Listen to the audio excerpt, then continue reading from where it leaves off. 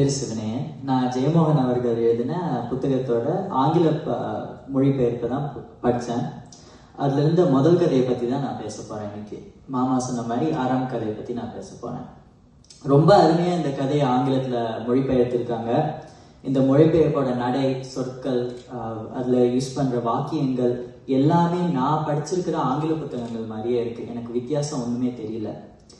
அதுவும் ஆங்கில மொழிபெயர்ப்பை பற்றி பேசும்போது கொஞ்சம் ஆங்கிலத்தில் பேசினாலும் எனக்கு சரியா இருக்குன்னு தோணுது. அதனால நான் ஆங்கிலத்திலேயே பேசினேன். I remember watching serials with my grandparents whenever they came over from India to here. But most kids don't get to have that experience, to watch serials or to spend a lot of time with their grandparents because they're a little bit isolated. And the only way for them to connect back to the culture in Tamil Nadu is through movies. And the movies are obviously exaggerated. They're not an accurate representation of the culture back there because they have to be exaggerated in order to sell, in order to be a box office hit. The dramaticness and the overacting can often ruin the connection that kids here are able to have and can make with their hometown back in Tamil Nadu. But this book was the opposite. It allowed me to connect because of how honest and truthful it was. It never over-exaggerated or extended any scene just for the sake of drama. The writer depicted everything as is. உள்ளத உள்ளபடி Jeyamohan sir காமிச்சிருக்காரு. அது எனக்கு ரொம்ப பிடிச்சிருந்தது. It gives young readers, people like me, a bridge to connect back to how post-independence India would have really been. The way Jaymohan Agarwal describes the world of the story, the sari looms, the Mayappan brothers publishing books, the school book demand after independence, the vendors calling out for kolam powder, and the houses with all their pantal roofs, all paints a real picture to me. They aren't just background props, they show a culture of how writers struggled writing for money rather than passion, and how local industries changed. When I read it, I didn't just see old times. I understood why people lived the way they did, and I saw their struggles and decisions with context. For people like me, far from Tamil Nadu, this story connects us to that culture in a way movies never could because it's so raw. And it definitely wasn't boring just because it was truthful either. I found it to be a really interesting story, amplified especially by the little details that Jaymohan Agarwal included. I think one of them was about the writer struggling to write for so long. நானே இப்போ பேசிட்டு இருக்க script நேற்று night தான் எழுதினேன். கொஞ்சம் கை வச்சு தான் எழுதிட்டு டைப் பண்ணி எழுதினேன். கை வச்சு எழுதும்போதே கொஞ்சம் வலிச்சுதான் எனக்கு கை.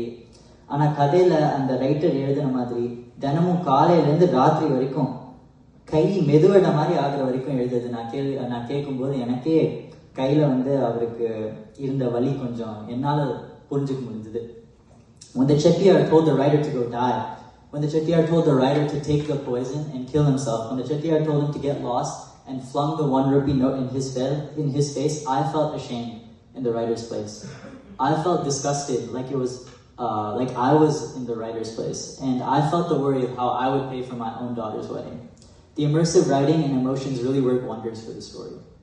And one last part of the immersive experience is the heat of the Thar road that the Chettiar's wife had sat down on that I really felt a connection to. Panguni மாதத்தில் நான் ஊருக்கு போயிருக்கும்போது நானே எங்கள் ஊரில் இருக்கிற தேரை கொஞ்சம் இழுத்தேன் திருவிழாவுக்கு. அந்த தேரில் என்னால் ஒரு 5 நிமிஷம் தான் எடுக்க முடிஞ்சது. ஏன்னா தார் ரோடு அவ்வளோ சூடாக இருந்துச்சு. என்னால் வெறும் காலால் அவ்வளோ நேரம் தார் ரோடில் இருக்க முடியல. ஆனால் நான் புத்தகத்தை படித்து பார்க்கும்போது அந்த அம்மா தார் ரோடில் அவ்வளோ நேரம் காசு கொடுக்குற வரைக்கும் உட்காந்து தோல் பிரிஞ்சு வரைக்கும் உட்காந்து இருந்தது நான் கேள்விப்படும்போது எனக்கே என்னால் யோசிச்சு பார்க்கவே முடியல எவ்வளோ வலிச்சிருக்கும் அப்படின்னு. And that scene made me pause, obviously. It wasn't just about the heat or the pain anymore. It was about what pushes someone to sit through it and what makes a person believe that suffering could balance what's right and wrong. That's when I started thinking about what the title of the story, Aram, really means. Aram say virumbu அப்படின்னு ஆத்திச்சூடியில் எழுதியிருக்காங்க ஔவையார். இது சொல்லிக் கொடுக்கும்போது அறம்னா தர்மம் அப்படின்னு தான் எல்லாமே எனக்கு சொல்லி கொடுத்துருக்காங்க. ஆனால் அறம்னா தர்மம் மட்டும் இல்லை. எங்கள் தாத்தா நான் குட்டியாக இருக்கும்போது இங்கே வரும்போது நிறைய கதையெல்லாம் எனக்கு சொல்லுவார். அதில் அறம் அப்படிங்கிற வார்த்தை எப்பவுமே வரும். அறம்னா என்ன தாத்தா அப்படின்னு நான் கேட்பேன். ஆனால் தாத்தா நீ பெருசானே சொல்கிறேன் அப்படின்னு சொல்லி விடுவார். எனக்கு இப்போ வரைக்கும் தாத்தா என்கிட்ட சொல்றதுக்கு எனக்கு வாய்ப்பு கிடைக்கல, இனிமேலும் கிடைக்காது. ஆனால் தாத்தா சொல்லணும்னு நினச்சிருப்பாங்க. நான் இந்த கதை மாதிரி ஒரு கதை வச்சு தான் சொல்லியிருப்பாருன்னு நான் நினைக்கிறேன்.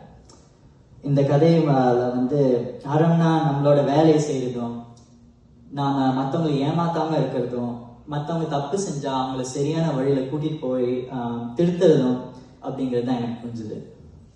And that's when I kind of realized that this story isn't just about the past. It's about people, and it still makes sense now, even if our lives look totally different with smartphones and almost 70 years in the future. In my English literature class currently, we're discussing classics, or Siranda Ilakyangal, and what makes a classic and what we can describe as a classic. And we read that one of the best indicators for a classic is a moral or a message that still makes sense and connects the readers over multiple generations and can be conveyed as the book ages as well. And I believe this story does that. It has such a message about Aram. இந்த கதை ஒரு சிறந்த இலக்கியம் மாதிரி படிப்பவர்களுக்கு அறம்னா என்னது அப்படின்னு இன்னமும் சொல்லிட்டு இருக்கு. அது அறம்னா என்னன்னு புரிய வைக்குது. நன்றி, வணக்கம்.